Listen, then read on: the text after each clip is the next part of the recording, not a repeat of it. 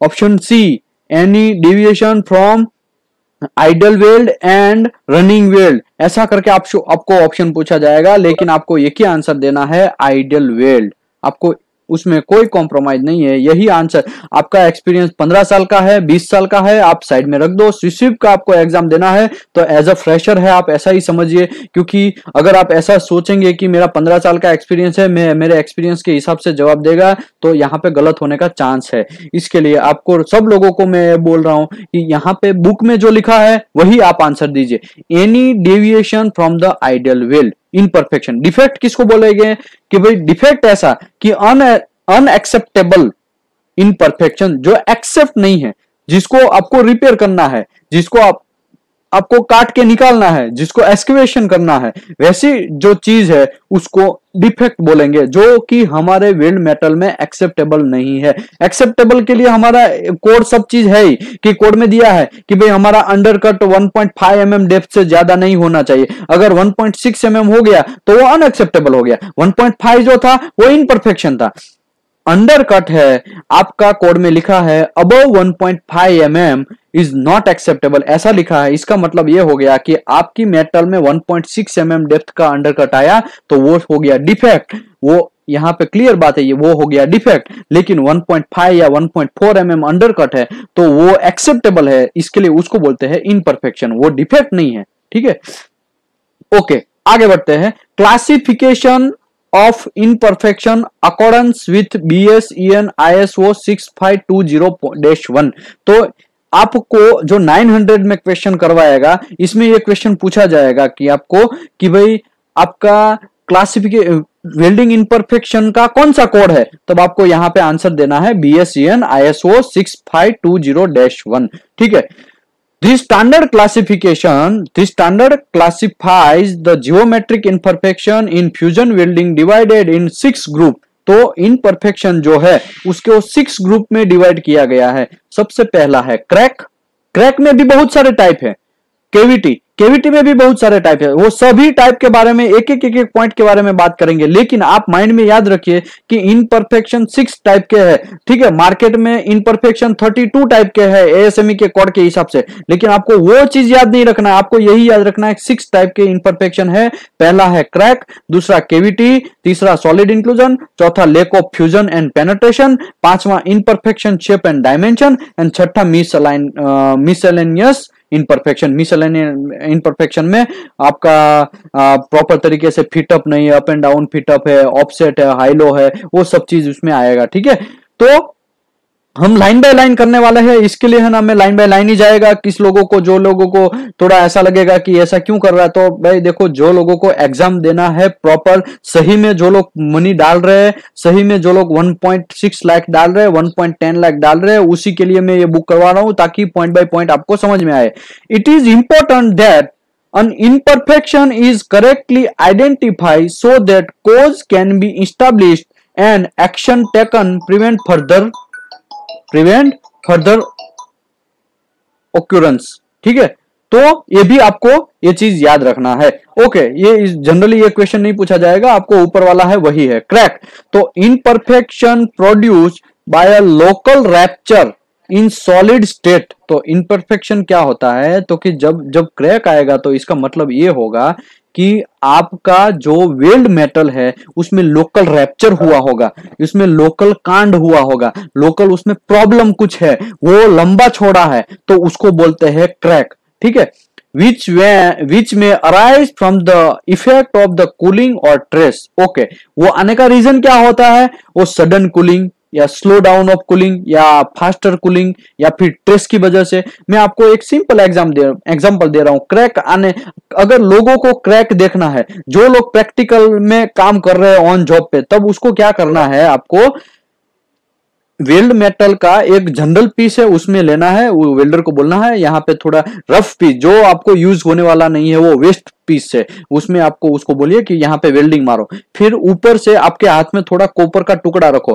Copper को बहुत सारी जगह से मिल जाएगा आपको, कॉपर का टुकड़ा है ना वो वेल्डिंग मारता है ना उसमें फेंकने का, तब आपको ऑटोमेटिकली क्रैक कैसा होता है ना वो आपको समझ में आ जाएगा, वहां पे ऑटोमेटिकली क्रैक जनरेट हो जाएगा। वेल्ड मेटल प्रॉपर तरीके से फ्यूज नहीं होके और ट्रेस की वजह से क्रैक हो जाएगा, ठीक है, और कूलिंग की वजह से क्रैक हो जाएगा। वो एक दूसरा एग्जांपल दे रहा हूं, आपका डिशन है, जो लोग प्रेशर वेसल में काम करते हैं उसकी बात, जो लोग डिशन टू शेल को फिटअप करते हैं। सर प्लीज म्यूट कर दीजिए, बाला सुंदर जर प्लीज, सब लोग म्यूट नहीं करेंगे तो मैं क्या करेगा सर, आप बोलिए। किसी का वीडियो चल रहा है, MD Danish sir, Amit Mayur sir, Amit Maurya sir please, Danish sir आपको रिक्वेस्ट कर रहा हूं प्लीज आप म्यूट कर दीजिए, आपका वीडियो भी म्यूट कर दीजिए, वो ऊपर का म्यूट का बटन है वीडियो और म्यूट का, वीडियो बंद हो गया अभी वापस वीडियो चालू हुआ। सर मैं आपको रिक्वेस्ट कर रहा हूं प्लीज सर म्यूट कर दीजिए आप, बाला सुंदर सर प्लीज म्यूट कर दीजिए। इसका क्या सॉल्यूशन है यार, मैं यार क्या इसकी वजह से ये पूरा एक इसको खरीदा, मैं ये सॉफ्टवेयर को खरीदा, लेकिन ये सॉफ्टवेयर हमको स्टार्ट होने समझ में नहीं आता है कैसे यूज होता है, उसकी वजह से हम लोग क्या करते हैं, एक minute mute mute stop video हो गया, अभी मैं आपको वापस म्यूट कर रहा हूँ, हाँ म्यूट हो गए, ठीक है। मैं किसी को होस्ट बना दे रहा हूँ यार, हर बार यार मैं कितना देखेगा यार, होस्ट बना दो किसी को। हाँ विवेक जी मैं आपको होस्ट बना दे रहा हूँ, ठीक है, नो प्रॉब्लम। ओके। अभी क्या होगा, जब ट्रेस का मतलब क्या है, ट्रेस की वजह से कभी कभी क्रैक आता है। सबसे ज्यादा मैं आज तक मैं 10 ईयर का या 9 ईयर का लाइफ में मैं यही चीज दिखा है कि लोग क्या करते हैं कि जबरदस्ती फिटअप करते हैं, एकदम जान तोड़ मोड़ के तोड़ कैसे भी करके जुगाड़ लगा के चाबी लगा के फिर वो बकलिंग लगा के वो कैसे भी करके वो ओवालिटी पाइप में, अगर पाइप टू फ्लैंज फिटअप करे या पाइप टू पाइप फिटअप करे तो उसमें ओवालिटी रहता है, तो कैसे भी खींच खांच तोड़ करके वो लोग फिटअप करते हैं। तो फिटअप करने से प्रॉब्लम क्या है, उसमें ट्रेस जनरेट होगा, क्योंकि वो पाइप तो उसकी ओरिजिनल पोजीशन में जाने का कोशिश करेगा, फिर भी आपने जबरदस्ती फिटअप किया बट लंबे लंबे टाके मारे हैं, उसकी वजह से उस टाइम पे तो नहीं खींचेगा, लेकिन जब आप बिल्डिंग फिनिश कर देंगे, रूट मारेंगे, हॉट मारेंगे, फाइनल पास मारेंगे, तब आप सब चीज चाबी वगैरह सब रिमूव कर देंगे, तब वेल्ड मेटल के अंदर ट्रेस आएगा। अगर वेल्ड मेटल स्ट्रांग है तब वहां पे क्रैक नहीं होगा, लेकिन वेल्ड मेटल स्ट्रांग नहीं है तो वो आपने देखा होगा कभी कभी फिटअप में क्रैक आ जाता है, कभी कभी टाका टूट जाता है। उसका रीजन क्या है, उसका रीजन ही ट्रेस है। तो ट्रेस की वजह से या फिर कूलिंग की वजह से कभी क्रैक आने का चांस सबसे ज्यादा रहता है। Crack are more significant than other type of imperfection. Their geometric produce a very large stress concentration at the crack tips, making them more likely cause fracture.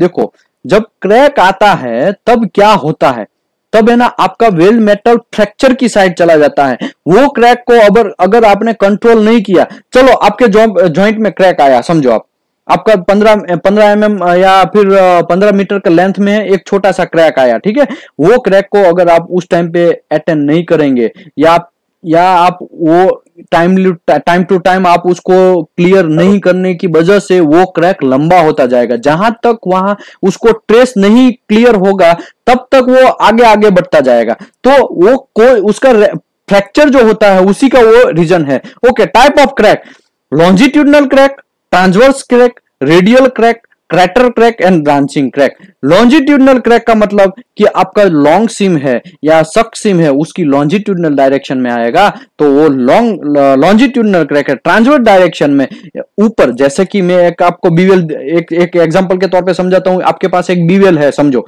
Bevel 15 mm का है और 15 mm में आपने welding मारा है, तो वो metal के साइड मेटल टू मेटल जाएगा वो जॉइंट, सॉरी क्रैक, तो उसको लॉन्जिट्यूडनल, अगर वो वेल्ड मेटल से ऊपर अप एंड डाउन जैसा पूरा क्रैक होगा तो ट्रांसवर्स क्रैक। रेडियल क्रैक कभी कभी क्या होता है कि जो आप पाइप है, पाइप कभी कभी बीच में से क्रैक हो जाता है और पूरा पाइप राउंड में क्रैक होता है। ऐसा नहीं कि छोटा सा क्रैक होकर फिर वहां पे रुक गया, ऐसा नहीं, पूरा राउंड में पूरा क्रैक हो जाएगा, पूरा पाइप ही क्रैक हो जाएगा। आप या वेसल आपका लॉन्ग सिम फिटअप है तो पूरा रेडियल में हीट अफेक्टेड जोन है वहां पे क्रैक हो जाएगा, तो उसको बोलते हैं radial crack. Okay, tractor crack आपने देखा होगा, जो लोग GTAW मारते हैं उसका एंड पॉइंट में सबसे ज्यादा ये क्रैटर क्रैक आने का चांस है। और क्रैटर क्रैक का मैं आपको आगे भी एग्जांपल दिया कि भाई आप जो वेल्डिंग मारते हैं उसमें आप सामने से कॉपर को थोड़ा फेंकिए, जहां पे वेल्डिंग मारता है ना वहां पे, तो कॉपर को फेंकेंगे ना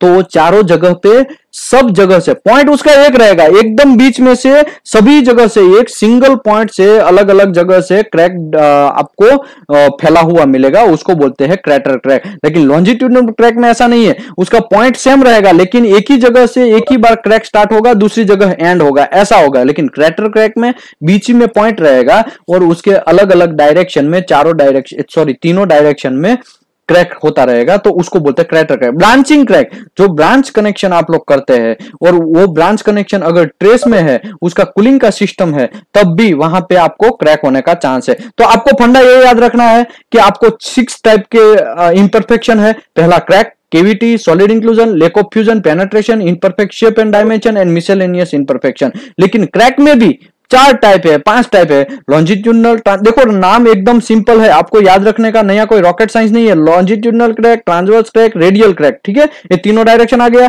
फिर एक क्रैटर क्रैक लगा दो और एक ब्रांच क्रैक लगा दो, तो आपको याद हो गया, ये हो गया आपका क्रैक, ठीक है। लेकिन अगर सिचुएशन के हिसाब से उसको डिवाइड किया जाए तो क्रैक कहां कहां आ सकता है, एक तो वेल्ड मेटल में आएगा, ठीक है, और हीट अफेक्टेड जोन में आएगा और पैरेंट मेटल में, ये तीनों जगह से आने का चांस है। इसके लिए वजह से उसको अगर सिचुएशन के हिसाब से क्रैक को डिवाइड करते हैं तो weld metal crack, heat affected zone crack, parent metal crack. Okay, exception उसको यहां पे ऐसा लिखा है, crater crack are found only in weld metal. तो ये चीज आप याद रखिए, क्रैटर क्रैक कभी वेल्ड बेस मेटल में नहीं आता है। Crater crack all time start point या एंड पॉइंट में आने का मोस्टली चांस रहता है, ठीक है। तो डिपेंड ऑन द नेचर, अगर नेचर के हिसाब से आप क्रैक का डिवाइड करते हैं तो हॉट क्रैक, ठीक है, हॉट क्रैक, उसके बारे में आज हम डिस्कस करने वाले हैं। हॉट क्रैक को दूसरा भी नाम है सॉलिडिफिकेशन क्रैक या लिक्वेशन क्रैक, ठीक है, लिक्विडिफिकेशन ऐसा करके बोल सकते हैं आप, लिक्विडिफिकेशन क्रैक, ठीक है, सॉलिडिफिकेशन क्रैक और हॉट क्रैक। हॉट क्रैक का ये टाइप है, वो में आगे आएगा। हॉट क्रैक को अलग अलग क्या क्या नाम से बुलाया जाता है, हॉट क्रैक क्यों आता है, कौन सा रीजन की वजह से, कौन सा केमिकल कंपोजिशन बढ़ जाएगा तो हॉट क्रैक आएगा, वो मैं अभी जस्ट बोलेगा अभी थोड़ी देर में। Precision induced crack, sorry precipitation induced crack, ठीक है, वो बोलते हैं reheat crack, prevent the creep resistance steel. Creep resistance steel का मतलब क्या है, लोग यहाँ पे कंफ्यूज होते हैं। जब सीसीप का एग्जाम देने बैठते हैं तब ये लाइन उसको समझ में नहीं आती, लेकिन क्वेश्चन में ये क्वेश्चन पूछते हैं कि भाई reheat crack present in creep resistance steel, then what type of this crack, ऐसा करके आपको उसमें चारों ऑप्शन दिया गया है, hot crack, precipitation induced crack, cold crack और लैमिनार टियर। तो तब आप कंफ्यूज हो जाएंगे क्योंकि आपको क्रिप रेजिस्टेंस ही पता नहीं है, तो क्या। तो आपको एक सिंपल एग्जांपल देता हूं, एक लकड़ी लीजिए, सूखा लकड़ी लीजिए, ठीक है, सूखा लकड़ी को आप थोड़ा बेंड करना स्टार्ट करिए, धीरे धीरे बेंड करते जाएंगे तो एक टूटने का आवाज आएगा। तो वो जो टूटने का आवाज आया, लेकिन टूटेगा नहीं, वो लकड़ी को आपको अभी उस टाइम पे रुक जाना है, ठीक है, वो टूटेगा नहीं लेकिन टूटने का आवाज स्टार्ट होगा। तो वो जो है टूटना स्टार्ट हुआ उसको बोलते हैं ईल्ड, ठीक है, उसको बोलते हैं ईल्ड। तो वो मेटल कोई भी, अगर वो लकड़ी का है, वो एग्जांपल के तौर पे वो मेटल में है ऐसा समझो, वो मेटल कोई भी उसके ऊपर ट्रेस लगेगा, एक टाइम ऐसा आएगा वो टूटना स्टार्ट होगा, तो वो मेटल का वो ईल्ड हुआ, ठीक है। फिर भी आप लकड़ी को और बेंड करते जाए, एक टाइम ऐसा आएगा कि वो बहुत ज्यादा आवाज करने लगेगा और थोड़ा और आप ट्राई करेंगे तो वो वहां से टूट ही जाएगा।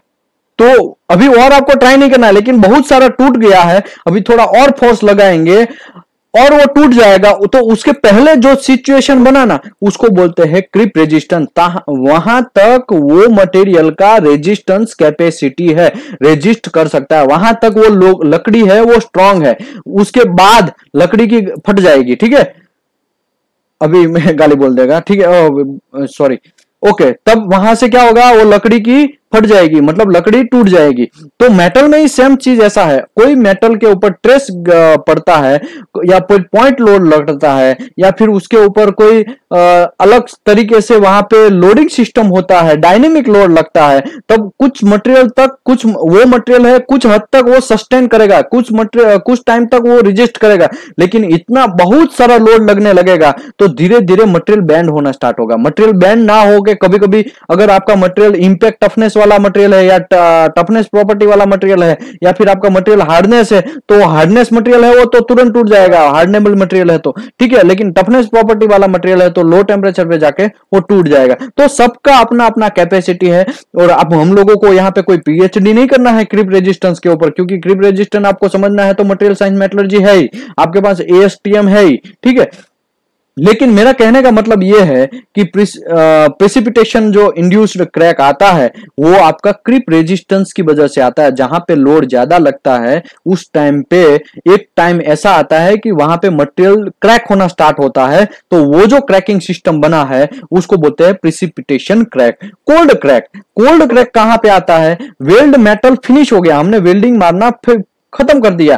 कोई कभी कभी क्या होता है, वेल्डर क्या करता है, अपना वेल्डिंग मारने के चक्कर में जल्दी जल्दी वेल्डिंग मार के निकल जाता है, फिर अपने आराम करेगा, तो वो वेल्ड मेटल का टेम्परेचर जो था जब वेल्डिंग मारते थे उस टाइम पे 6000 टेम्परेचर था, लेकिन अभी धीरे धीरे धीरे धीरे वो कोल्ड होता जाएगा। एक टाइम ऐसा आएगा कि एटमोस्फेरिक टेम्परेचर पे आ जाएगा। तब क्या होगा, एटमोस्फेरिक जब टेम्परेचर पे मेटल आता है तब कांड ये होगा, आपकी मेटल के अंदर हाइड्रोजन डिफ्यूज होके अंदर घुसेगा। हाइड्रोजन डिफ्यूज क्यों होगा, क्योंकि आपका जो इलेक्ट्रोड है प्रॉपर तरीके से आपने हैंडल नहीं किया होगा तो ऐसा होगा। आपका इलेक्ट्रोड है वो गीला होगा, आपका इलेक्ट्रोड है वो प्रॉपर तरीके से उसको बेकिंग नहीं किया होगा। देखो हाइड्रोजन का लास्ट कक्षा में एक इलेक्ट्रॉन रहता है, ठीक है, लास्ट कक्षा में एक इलेक्ट्रॉन होने की वजह से सभी का, हम लोग आवर्त कोष्ठक देखते थे तब आवर्त कोष्ठक में हम लोग समझते थे कि सभी लोग अपना स्थायी होने का ट्राई करेगा। हम भी, हमारा लाइफ में भी यही चीज हो रहा है कि भाई हम लोग भी फैमिली के साथ तो थोड़ा सेटल होना स्टार्ट करेंगे। अगर हम सेटल हो जाएंगे, अच्छा सा जॉब मिल जाएगा तो फिर हम जहां तहां उंगली नहीं करेंगे जॉब का, हम एक ही जगह पे स्थिर हो जाएंगे। तो वैसे भी मेटल में ही ऐसा सिस्टम है, मेटल में भी ये सब सिस्टम है। उसको इलेक्ट्रॉन चाहिए, या तो वो इलेक्ट्रॉन अपनी लास्ट कक्षा में 0 करेगा या उसकी लास्ट कक्षा में 2 इलेक्ट्रॉन करेगा। लेकिन हाइड्रोजन के पास ये प्रॉब्लम है, उसके लास्ट कक्षा में 1 इलेक्ट्रॉन है, या तो किसी को मार के देगा या किसी को मार के वो लेगा 1 इलेक्ट्रॉन। तो अभी कौन देगा उसको, कौन लेगा या कौन देगा, तो जो हमारा फ्लक्स जो है इलेक्ट्रोड के ऊपर फ्लक्स होता है, लो हाइड्रोजन फ्लक्स, तो वो फ्लक्स के अंदर बहुत सारी इंप्यूरिटीज हम लोग पहले से ही ऐड करते हैं या फिर जानबूझ के ऐड करते हैं या पहले से ही अंदर पे बैठ जाती है, वैसा इंप्यूरिटी होता है, सल्फर है, फॉस्फोरस है, वो सब लोगों के लास्ट कक्षा में इलेक्ट्रॉन जनरली अवेलेबल रहता है। तो हाइड्रोजन वहां पे जाएगा तो तुरंत वो हाइड्रोजन को इलेक्ट्रॉन दे देगा वो लोग। तो इसके लिए क्या होगा, हाइड्रोजन वहां पे हो जाएगा, वहां पे वो बैठ जाएगा, अच्छी तरीके से स्थिर हो जाएगा। लेकिन जब हम वेल्डिंग मारेंगे तब वो हाइड्रोजन वहां पे बैठा था तो वो वेल्डिंग मेटल के अंदर डिफ्यूज होगा। और डिफ्यूज होने का मतलब, डिफ्यूज का मतलब क्या, डिफ्यूज मतलब अंदर जाएगा, वेल्ड मेटल के अंदर घुसेगा। फिर वहां पे अगर गर्म है तब तक वो कोई प्रॉब्लम नहीं, वहां पे बैठा रहेगा। लेकिन जैसे ही वो ठंडा होगा मेटल, तब वो हाइड्रोजन का इलेक्ट्रॉन वहां से निकल जाएगा, क्योंकि ठंडा होगा तो इलेक्ट्रॉन उसके पास नहीं है। वैसे भी गर्म होके वो हाइड्रोजन मेटल के अंदर घुसा, उस टाइम पे ही उसके पास इलेक्ट्रॉन निकल गया होगा, ठीक है। तब अब ठंडा होगा तब वो हाइड्रोजन इलेक्ट्रॉन उसको या तो किसी को देगा या लेगा, कोई देगा नहीं तो वो क्या करेगा, एटमॉस्फेरिक में जाएगा। कितना भी आपका अच्छा सा वेल्डिंग हो, कितना भी स्ट्रॉन्ग वेल्डिंग हो, लेकिन हाइड्रोजन सभी को फाड़ देगा और वेल्ड मेटल को फाड़ के बाहर निकल जाएगा। तो उसको बोलते हैं कोल्ड क्रैक। लेकिन कोल्ड क्रैक का पूरा आगे आएगा तो मैं समझाएगा। Okay, laminar tear, laminar tear सबसे ज्यादा कहां पे आता है वो मैं बोलता हूं। जो ऑफशोर लोग में काम, जो लोगों ने ऑफशोर में काम किया है, जो लोग शिप बिल्डिंग में काम किया है, वहां पे बीकेटीवाई जॉइंट होते हैं। तो बीकेटीवाई जॉइंट में सबसे ज्यादा लेमिनार टियर आने का चांस होता है। तो वो भी आगे आएगा तो मैं एग्जांपल के साथ समझाएगा। ओके, अभी हॉट क्रैक सबसे पहला हमारा टॉपिक है, हॉट क्रैक। जो सबसे ज्यादा क्वेश्चन आते हैं इसी में से, हॉट क्रैक और हाइड्रोजन क्रैक, सॉलिडिफिकेशन क्रैक, वो सब में, ठीक है। Hot crack depend on their location, depending on their location and made for occurrence, hot crack can be solidification crack और liquefaction crack, ठीक है। तो solidification crack का नीचे यहां पे दिया गया है, solidification cracks mostly weld metal के सेंटर में आता है, ये आप फंडा याद रखिए। Solidification crack mostly weld metal के सेंटर में आएगा, ऐसा ही क्वेश्चन बैठा आएगा आपको कि solid, where is the solidification crack mostly occurred, centre of the weld, toe of the weld, weld, root in the weld, ऐसा करके आपको ऑप्शन पूछा जाएगा। लेकिन आपको एक चीज याद रखना है, सभी पेपर में, जितने भी पेपर है, 4 पेपर सेट है, sorry 5 paper set, A B C D और ई ऐसा करके, ठीक है। तो सभी पेपर सेट में सॉलिडिफिकेशन क्रैक का ये क्वेश्चन आएगा, थोड़ा उल्टा घुमा अगल बगल में आएगा, लेकिन आपको आंसर देना है solidification crack is mostly occurred, mostly नहीं, वैसे 100% वो सेंटर में ही क्रैक जनरेट होता है, ठीक है। आगे बढ़ते हैं। Generally solidification crack when occur, when कब कब वो ओक्यूर होता है, मतलब कब कब वो आता है, weld metal has a high carbon and impurity sulphur etc content. देखो एक चीज आप याद रखिए, वेल्ड मेटल में कार्बन ज्यादा है तब भी अच्छी बात नहीं है, वेल्ड मेटल में फास्फोरस ज्यादा है वो भी अच्छी बात नहीं है, वेल्ड मेटल में सल्फर ज्यादा है वो भी अच्छी बात नहीं है, वेल्ड मेटल में एल्यूमिनियम ज्यादा है या मैंगनीज, हाँ एल्यूमिनियम ज्यादा है वो भी अच्छी बात नहीं है, ठीक है। तो अगर आपके वेल्ड मेटल में सल्फर घुसेगा, अगर आपके वेल्ड मेटल में कार्बन ज्यादा होगा, अगर आपके वेल्ड मेटल में एल्यूमिनियम होगा, अगर आपके वेल्ड मेटल में कॉपर होगा ज्यादा, तो आपके वेल्ड मेटल में क्रैक आने का चांस है, 100% है, आपको आएगा ही। और वो क्यों आएगा वो मैं आपको समझाएगा, कैसे वो बॉन्डिंग में प्रॉब्लम करता है, सल्फर है वो कैसे दो एक दूसरे के साथ जब सॉलिडिफिकेशन होता है, एक दूसरे के साथ जब बॉन्डिंग होता है, तब सल्फर का क्या रोल बन जाता है, उसकी वजह से वो सेंटर में क्रैक आता है, वो आगे आएगा तो मैं समझाएगा। लेकिन solidification mostly occur in high carbon impurity and sulphur etc, तो ये सब इंप्यूरिटी की वजह से आता है। दूसरा, depth and width ratio of the solidifying weld Beed is large. इसका मतलब क्या हुआ कि देखो आपका डेप्थ ज्यादा है, ठीक है, आपका बीवेल है उसका डेप्थ बहुत डेप्थ एक अंदर तक है, ठीक है, डेप्थ आपका ज्यादा है, लेकिन ऊपर से आपका वेल्ड मेटल है एकदम फैला हुआ है, तब क्या होगा। देखो मैं एक एग्जांपल सिंपल देता हूं, हम लोग जनरली WPS बनाते हैं तब हम क्या करते हैं, हम लोग WPS का जो बीवेल एंगल V होता है वो 70 प्लस और माइनस 1.5 ऐसा करके लिखते हैं, या प्लस और माइनस 5 ऐसा करके लिखते हैं। 75 डिग्री मैक्सिमम हमारा बीवेल एंगल दोनों का मिलके होता है। लेकिन कभी कभी लोग क्या कर देते हैं, ज्यादा ग्राइंडिंग मार देते हैं, दोनों का बीवेल ज्यादा फैला देते हैं, तब क्या होगा, जब आप बीवेल एंगल मेजर करने जाएंगे तो 100 का हो जाएगा, 120 का हो जाएगा, एकदम बड़ा सा लंबा सा छोड़ा हो जाएगा, तब आपको वहां पे वेल्डिंग ज्यादा भरना पड़ेगा। अगर आपका वेल्डिंग ज्यादा भरना पड़ेगा तब वहां पे सॉलिडिफिकेशन के लिए सबसे ज्यादा इंपॉर्टेंट आपका बेस मेटल का जो धार रहता है वो रहता है। लेकिन ज्यादा वेल्डिंग भरने से एकदम साइड में, मैं जो यहाँ पे कर्सर घुमा रहा हूं, एकदम साइड में सॉलिडिफिकेशन अच्छी तरीके से हो जाएगा, यहां पे हो जाएगा, यहां पे हो जाएगा, लेकिन बीच वाला जो है वहां पे क्या करेगा, ये जो कार्बन है सल्फर है वो लोगों को यहाँ पे सॉलिडिफिकेशन पहले होना स्टार्ट होगा ना, बीवेल के जस्ट बगल में बेस मेटल और वेल मेटल जहां पे मिल रहा है वहां पे से कार्बन और सल्फर है उसको भगाएगा, उसको सेंटर में डालेगा, भाई तुम यहाँ पे मत रुको, तुम सेंटर में जाओ।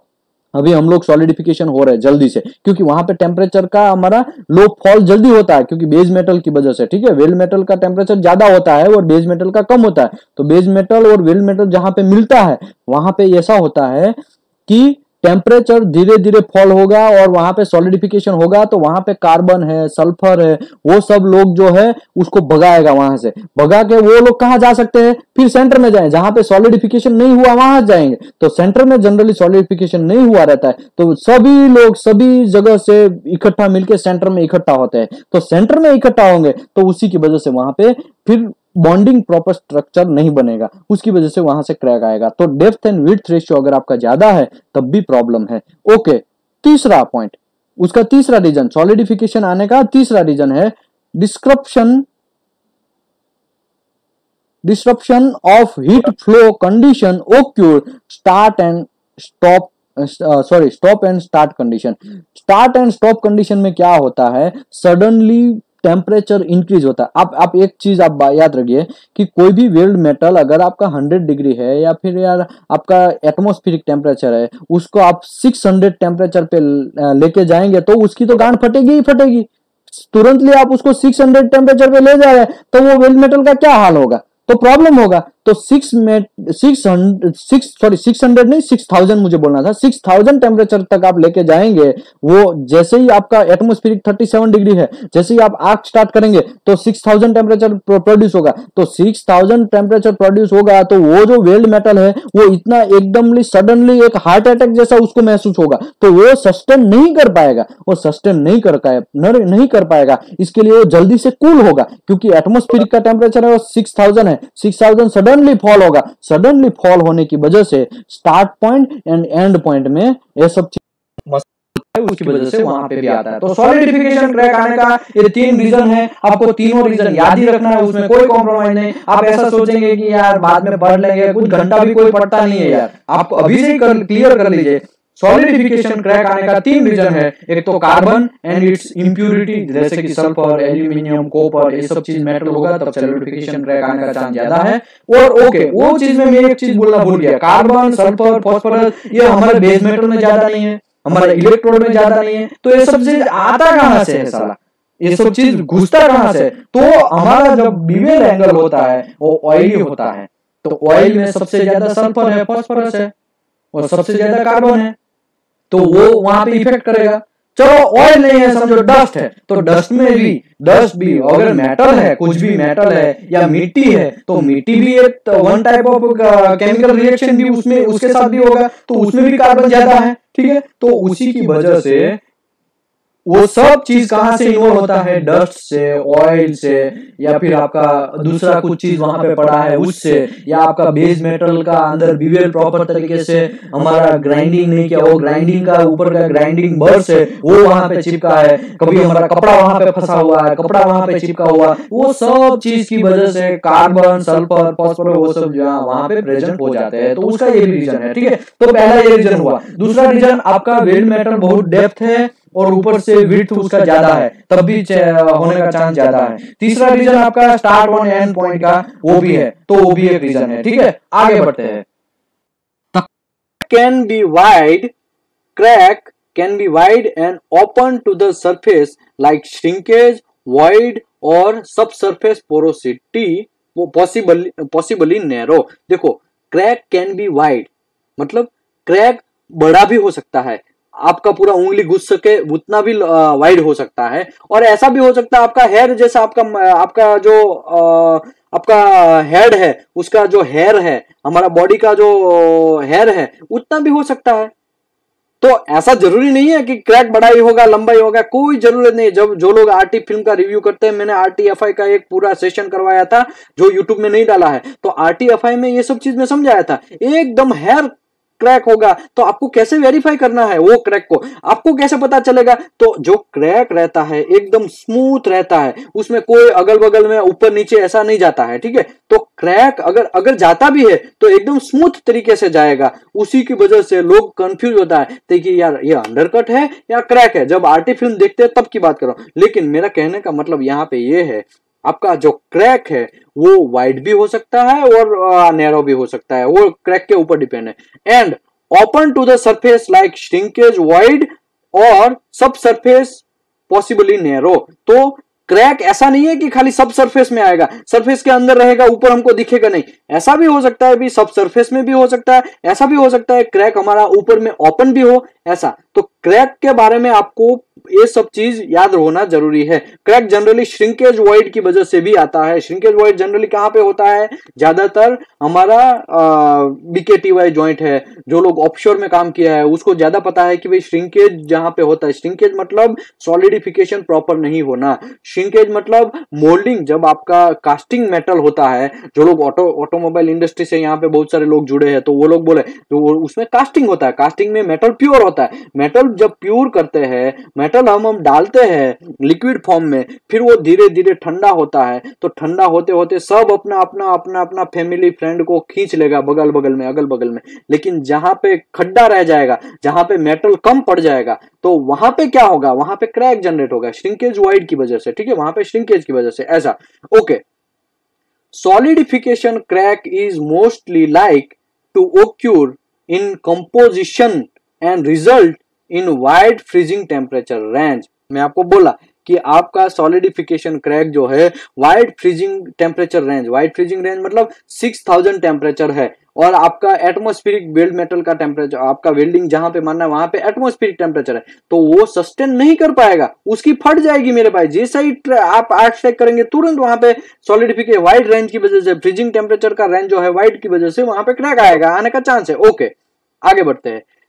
इन steel this is commonly created by a higher than normal content of carbon impurity elements such as sulfur and phosphorus etc। हमने ये सब डिस्कस किया। Okay, this element segregate okay, फिर से this element segregate during solidification so that irregular intergranular liquid film remain after the bulk of the weld has solidified। मैं पहले भी आपको बात किया कि वेल्ड मेटल जो है उसके साइड से धीरे धीरे वो ठंडा होते, एक दूसरे के साथ सॉलिडिफिकेशन होते होते होते होते बीच में जाएगा, दोनों साइड में धीरे धीरे बीच में जाएगा, दोनों साइड का कार्बन सल्फर वो सब चीज लोग क्या करेंगे, बीच में धकेलेंगे, तो फिर बीच में एक दूसरे के साथ बॉन्ड बनाने के लिए उसको नहीं देंगे। दो बेस मेटल को, सॉरी वेल्ड मेटल को बॉन्ड तो बनाना है, लेकिन उसके बीच में सल्फर आ जा रहा है, हम उसको बॉन्ड तो बनाना है लेकिन उसके बीच में कार्बन और फास्फोरस आ जा रहा है, तो वो बीच में देखो, अगर हम फैमिली में है, आप समझिए हम एक बेड पे सो रहे हैं, एक स्लिप हो रहा है, ठीक है, तो एक साइड वाइफ है एक साइड हम है, तो बीच में हमारा लड़का है, तो ये ऐसा हो गया, ठीक है, बीच में कार्बन घुस गया, सल्फर घुस गया, वैसा ही एक सिस्टम है, ऐसा ही आप माइंड में अगर समझने के लिए आप समझ लो, तब आपको ज्यादा आइडिया आएगा। ओके, आगे बढ़ते हैं। Thermal shrinkage of the cooling weld bed can cause this rupture from a crack, वो भी मैं अभी आपको समझाया। ओके, ये देखिए यहाँ पे ये सॉलिडिफिकेशन जो क्रैक है उसका एकदम शानदार तरीके से यहाँ पे फिगर दिखाया है श्रिंकेज की वजह से। यहाँ पे देखो एरो, यहाँ बेस मेटल के साइड दिखाया है, इस साइड भी एरो बेस मेटल के साइड दिखाया है। इसका मतलब क्या हुआ, दोनों साइड से फ्यूजन होते होते होते होते होते बीच में आएगा, सबसे लास्ट में वेल्डिंग का फ्यूजन जो है वो सेंटर में होगा। तो ये फंडा याद रखिए, तो सेंटर में आते आते उसको टाइम ही नहीं मिलेगा, अगर टाइम मिलेगा तो जल्दी से सॉलिडिफिकेशन हो चुका होगा, अगर जल्दी से सॉलिडिफिकेशन नहीं है तो बीच में कार्बन और इंप्यूरिटी सब घुस जाएगा, तो वो एक दूसरे के साथ बॉन्ड बनाने नहीं देगा, उसकी वजह से वो क्रैक आता है। ओके, अभी हम आते हैं, ठीक है। ओके, यहाँ पे थोड़ा एक पॉइंट बच गया है, उसको कर लेते हैं। It is important that the welding fabricator does not weld in near metal surface cover the scale contaminated with oil and gas. Scale can have a higher sulfur content. Oil grease can supply both carbon and sulfur. Contamination with a low melting point metals such as copper, tin, lead, zinc can be avoided। जो अभी मैं पहले बात किया वही चीज है, ठीक है। ग्रीस बीच में घुस जाता है, उसमें से कार्बन सल्फर ज्यादा होता है, कॉपर को हमको अवॉइड करना है, टीन, लीड, जिंक सबको अवॉइड करना है। Hydrogen crack, hydrogen induced crack, देखो सॉलिडिफिकेशन क्रैक का दूसरा नाम था लिक्विडिफिकेशन क्रैक, सॉलिडिफिकेशन का दूसरा नाम था हॉट क्रैक। तो ये आपको दूसरा नाम याद रखना है, आपको ऐसा नहीं पूछा जाएगा कि सॉलिडिफिकेशन क्रैक में भी वो क्यूर, फिर नीचे का ऑप्शन दिया जाएगा। तो आपको ऐसा भी पूछा जा सकता है कि हॉट क्रैक में भी वो क्यूर, लिक्विशन क्रैक में भी वो क्यूर, ऐसा करके भी आपको क्वेश्चन पूछा जाएगा। तो आपको ये सब चीज याद रखना है। Okay, hydrogen crack, hydrogen crack का बहुत सारा नाम है, उसको डीले क्रैक भी बोलते हैं हाइड्रोजन क्रैक को। तो आपको कभी क्वेश्चन डीले क्रैक से स्टार्ट होगा, कभी आपको अंडरबीड क्रैक भी बोलते हैं, ठीक है। तो अलग अलग उसके नाम है, मैं आपको आता जाएगा वैसे समझाता जाएगा। Okay, hydrogen induced cold crack HICC भी बोलते हैं उसको, ठीक है। हाइड्रोजन इंड्यूस्ड कोल्ड क्रैक जो है वो occur primary in grain coarse region of the heat affected zone also known as a cold crack, या फिर उसको डीले क्रैक भी बोलते हैं, या फिर उसको अंडरबिड या टॉय क्रैक भी बोलते हैं। ये उसके अलग अलग नाम है, आपको याद ही रखना है। ऐसा नहीं कि मैं भूल गया, ऐसा कुछ नहीं चलेगा। आपको कोल्ड क्रैक, हाइड्रोजन क्रैक का दूसरा नाम कोल्ड क्रैक है, हाइड्रोजन क्रैक का दूसरा नाम डीले क्रैक है, हाइड्रोजन क्रैक का दूसरा नाम अंडरबिड क्रैक है, हाइड्रोजन क्रैक का दूसरा नाम टॉय क्रैक है। तो ये सब नाम क्यों पड़े उसका मैं अभी डिस्कस करता हूं। कोल्ड क्रैक बोलते हैं क्यों? क्योंकि जब हम वेल्डिंग मारते हैं तब वेल्डिंग के ड्यूरिंग क्रैक आता था, वो हॉट क्रैक था, सॉलिडिफिकेशन क्रैक था। लेकिन ऐसा यहाँ पे ऐसा नहीं है। हाइड्रोजन क्रैक क्या होगा, वेल्ड मेटल ठंडा हो जाएगा, थोड़ा टाइम चला जाएगा, जनरली 42 आवर्स वेल्डिंग मारे हुए 42 आवर्स हो जाएंगे, बाद में वो हाइड्रोजन वाइब्रेट होना स्टार्ट होगा, वाइब्रेशन वो एयर में घुसने का स्टार्ट करेगा, तो वो बेस मेटल के, समझो यहाँ पे हाइड्रोजन बैठा है, मैं यहाँ पे कर्सर घुमा रहा हूँ, वहां पे वो हाइड्रोजन क्या करेगा, बाहर निकलने का ट्राई करेगा, लेकिन यहाँ पे तो वो सॉलिड हो चुका है। तो अगर समझो यहाँ पे क्रैक नहीं कर पाएगा तो वो क्या होगा, यहाँ पे टोई जो है यहाँ पे से क्रैक निकलेगा बाहर से, यहाँ से वो ऐसा करके चीर के निकलेगा। हीट अफेक्टेड जोन सबसे डेंजरस जोन है। वो हीट अफेक्टेड जोन में एकदम पुअर स्ट्रेंथ रहता है। तो सबसे पहले हाइड्रोजन है वो टोई में से क्रैक निकलेगा बाहर, या फिर हीट अफेक्टेड जोन से निकलेगा, या फिर लास्ट में अगर कुछ भी किधर से भी नहीं निकलेगा तो बेस मेटल सॉरी ये वेल्ड मेटल को फाड़ के निकलेगा। ठीक है, तो वो निकलेगा, उसको तो निकलना ही है, उसका काम ही यही है। ठीक है, आगे बढ़ते हैं। डीले क्रैक, डीले क्रैक क्यों बोलते हैं उसको, क्योंकि जनरली हाइड्रोजन क्रैक 42 आवर्स से 72 आवर्स के बीच में आता है।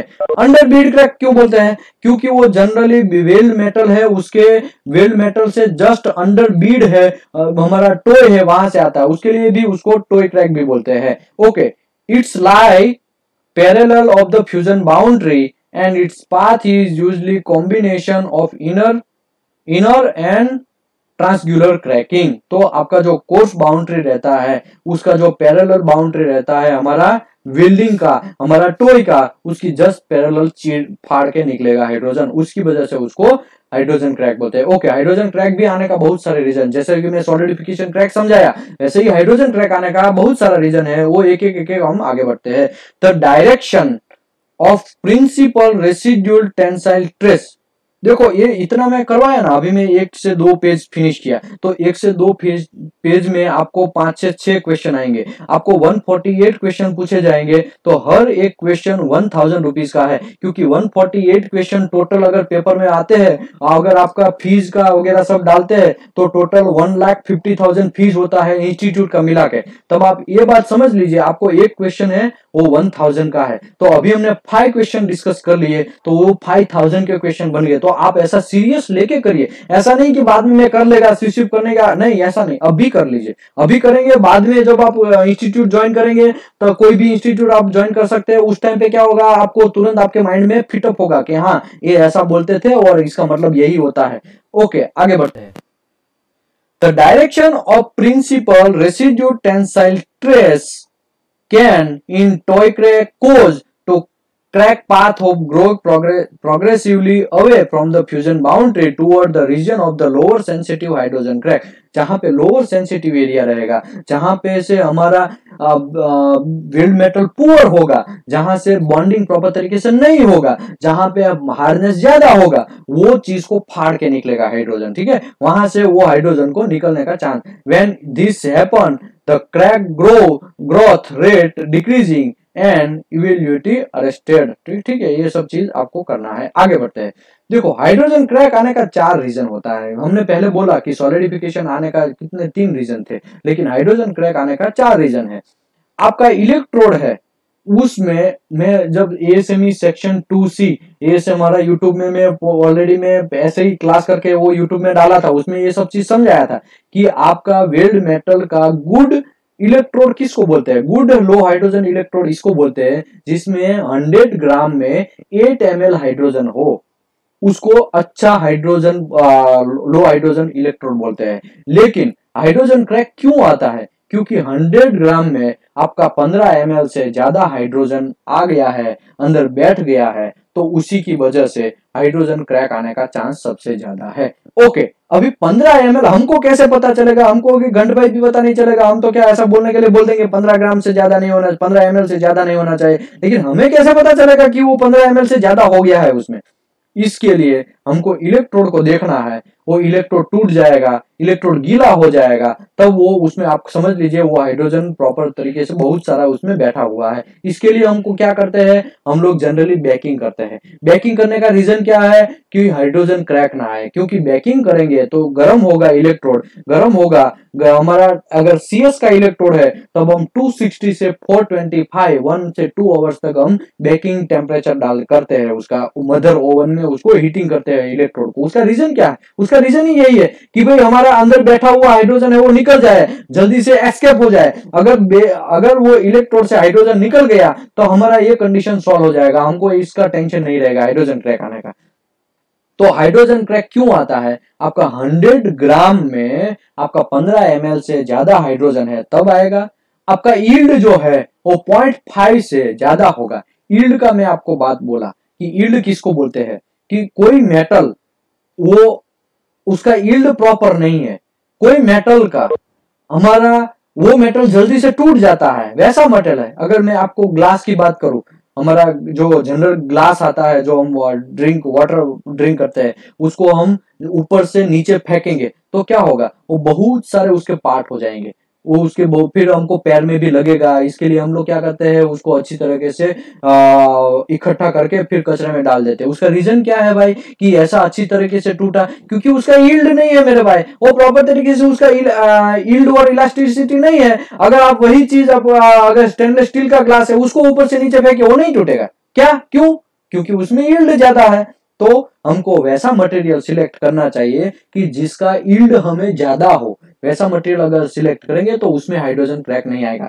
क्यों ऐसा क्यों होता है कि भाई यील्ड ज्यादा होने से, क्योंकि हाइड्रोजन अगर बैठ भी गया है तो वो कम उसका यील्ड ज्यादा है तो वहां से वो फाड़ के निकल जाएगा, वहां पे बॉन्डिंग उसका पोर होगा वो मेटल का, उसकी वजह से बेस मेटल को भी वो चीर के निकल जाएगा। इसके लिए आपको यील्ड 0.5 से ज्यादा नहीं होना चाहिए। 300 डिग्री टेम्परेचर से कम टेम्परेचर होगा तब आपका हाइड्रोजन क्रैक आएगा। देखो मैं आपको एक ही चीज बोला कि आपको 300 डिग्री से कम टेम्परेचर, मैं आपको एक चीज बोल रहा हूं कि भाई आपका टेम्परेचर 6000 था, ठीक है, उस टाइम पे हाइड्रोजन आपका बेस मेटल के अंदर घुस के बैठ गया। फिर जैसे ही 300 से नीचे टेम्परेचर आएगा, जैसे ही एटमॉस्फेरिक टेम्परेचर पे आएगा, तब क्या होगा, हाइड्रोजन वाइब्रेट होना स्टार्ट होगा। वाइब्रेट होते होते किसी को भी अगल बगल का बॉन्ड तोड़ेगा, वो तोड़ के फिर एटमॉस्फेरिक में निकलेगा। इसी की वजह से 300 डिग्री से नीचे अगर टेम्परेचर जाता है तब वो हाइड्रोजन का लिमिट है, तो उसकी वजह से वहां पे क्रैक आएगा। ओके, दूसरी बात कि हम जो ये 300 से नीचे है तो हम ऐसा क्या करें कि हमारा ये टेम्परेचर भी बच जाए। चलो हमने इलेक्ट्रोड को बेकिंग कर दिया, हमारा पहला कंडीशन के लिए भी 15 ml से 100 ग्राम में 15 ml से ज्यादा ना हो, इसके लिए हम इलेक्ट्रोड को बेकिंग कर देते हैं तो हाइड्रोजन निकल जाएगा, ठीक है। यील्ड हम ऐसा मटेरियल सिलेक्ट करेंगे जिसका यील्ड ज्यादा हो, ठीक है, सॉरी यील्ड जिसका कम हो, वैसा हम ये मटेरियल सिलेक्ट करेंगे तो वो भी हमारा सॉल्व हो जाएगा। लेकिन 300 डिग्री से नीचे तो हमको क्या करना पड़ेगा, हमको पोस्ट वेल हीट ट्रीटमेंट करना पड़ेगा, हमको पोस्ट हीटिंग करना पड़ेगा। वेल्डिंग जैसे ही फिनिश होता है तुरंत फिर उसको पोस्ट हीटिंग में डाल दीजिए, 350 डिग्री तक या फिर 400 डिग्री तक या 450 डिग्री तक हम उसको पोस्ट हीटिंग कर देंगे। तो पोस्ट हीटिंग करने से क्या फायदा है, अगर हाइड्रोजन बैठा हुआ है तो हाइड्रोजन धीरे से एस्केप हो जाएगा, बाहर निकल जाएगा, और बाहर निकलने से फिर वहां पे कोई हाइड्रोजन अगर वेल मेटल में नहीं बचेगा, फिर वो वेल मेटल ठंडा होगा, तब वहां पे हाइड्रोजन है ही नहीं तो बाहर से वो किसको चीरेगा, चीरेगा ही नहीं, क्योंकि वेल मेटल में हाइड्रोजन बचा ही नहीं है, ऑलरेडी हमारा पोस्ट वेल हीट ट्रीटमेंट या फिर पोस्ट हीटिंग में ऑलरेडी निकल गया है। इसकी वजह से हम लोगों को ये चीज करते हैं, हम लोग पोस्ट हीटिंग इसके लिए करते हैं, ठीक है। आगे बढ़ते हैं। हार्डनेस जिसका 400 से ज्यादा है तो उसमें भी क्रैक आने का चांस है। क्यों, क्योंकि जब हार्डनेस ज्यादा है इसका मतलब क्या हुआ, आपका वेल्ड मेटल है वो उसका अंदर का पार्टिकल साइज है वो बड़ा बड़ा होगा। हार्डनेस ज्यादा इसका मतलब पार्टिकल साइज बड़ा बड़ा होना, हार्डनेस कम मतलब पार्टिकल साइज छोटा छोटा होना। एक सिंपल मैं आपको एग्जांपल दे रहा हूं कि आप एक बाल्टी लीजिए, बाल्टी में एकदम पाउडर वाला मिट्टी जो हमारे गांव में रहता है ना, वो मिट्टी भरिए, ठीक है। तो वो जो मटेरियल है वो जो बाल्टी पूरा भर गया है वो एकदम मटेरियल अच्छा मटेरियल है, ठीक है। उसी में आप वो बड़े बड़े पत्थर का कंकर पत्थर है जो वही बाल्टी एक दूसरा बाल्टी जो वैसे ही सेम बाल्टी उसमें बड़े बड़े पत्थर डाल दीजिए तो आप देखिए कितना फर्क है। ये जो बाल्टी था मिट्टी वाला, पाउडर फॉर्म वाला मिट्टी वाला, उसमें आपको जगह नहीं मिलेगा। लेकिन वो जो छोटा छोटा कंकर वाला मिट्टी था, सॉरी बड़ा बड़ा पत्थर वाला मिट्टी था, वो एक दूसरे के बीच में कितना गैप रहेगा, आप उंगली भी घुसा सकते हो, इतना गैप रहेगा। तो ये हार्डनेस वैसा ही है, आप एक ही चीज याद रखिए। तो अगर आपका हार्डनेस ज्यादा है तो बेस मेटल का अंदर का पार्टिकल का साइज बड़ा बड़ा होगा। अगर दो पार्टिकल का साइज बड़ा बड़ा होगा तो एक दूसरे के बीच में गैप होगा, एक दूसरे के बीच में गैप होगा तो वहां से हाइड्रोजन तुरंत अच्छी तरीके से एस्केप हो जाएगा। जैसे ही हाइड्रोजन वहां से निकलेगा, वहां से अपना लाइन पीछे पीछे पूंछ छोड़ता जाएगा, मतलब एक जगह करता जाएगा, उसी की वजह से वहां पे क्रैक होगा। तो जहां से जाएगा वहां से क्रैक हो जाएगा। तो यहाँ पे नया कोई रॉकेट साइंस नहीं है, एकदम आपको मटेरियल साइंस एंड मेटलर्जी के हिसाब से आपको ये सब चीज समझना है। ओके, हाइड्रोजन क्रैक में से 3 क्वेश्चन आएंगे, ठीक है। तो आप याद रखिए 3 क्वेश्चन, मतलब मैं ओवरऑल पेपर की बात कर रहा हूं, एक ही पेपर में 3 क्वेश्चन ऐसा नहीं, टोटल 5 पेपर है। लक बाय चांस किसी को पेपर का सेट ए आया, किसी को सेट बी आया, किसी को सेट सी आया, किसी को सेट डी आया, तो 5 पेपर सॉरी 3 क्वेश्चन पूछे जाएंगे। तीनों में से वो किसी भी पेपर में आ सकते हैं, तीनों क्वेश्चन में से, ठीक है। तीन, किसी में एक पेपर एक क्वेश्चन रहेगा, किसी को एक भी क्वेश्चन ना हो, किसी को एक क्वेश्चन आ जाए, ऐसा। आगे बढ़ते हैं। If any one factor is not satisfy, अब हमने 4 जो फैक्टर डिस्कस किया वो सेटिस्फाई नहीं होता है, cracking is prevented, so can be avoided through the control of one more factor। तो ये चारों फैक्टर अगर हम लोग सेटिस्फाई नहीं होता तब क्रैक आएगा, लेकिन वो चारों फैक्टर को हम कैसे कंट्रोल कर सकते हैं उसके बारे में यहाँ पे दिया गया है। Apply pre heating, slow down of cooling rate, thus the avoid the formation of susceptible microstructure। Susceptible microstructure का मतलब क्या हुआ, मैं आपको एक फंडा बोल रहा हूं कि चलो वेल्ड मेटल है, उसको आप सीधा आर्क वेल्डिंग स्टार्ट कर रहे हैं, ठीक है। एटमॉस्फेरिक टेम्परेचर है वो बीवेल का, फिर आप सीधा आर्क स्टार्ट कर रहे हैं तो 6000 टेम्परेचर चला जाएगा।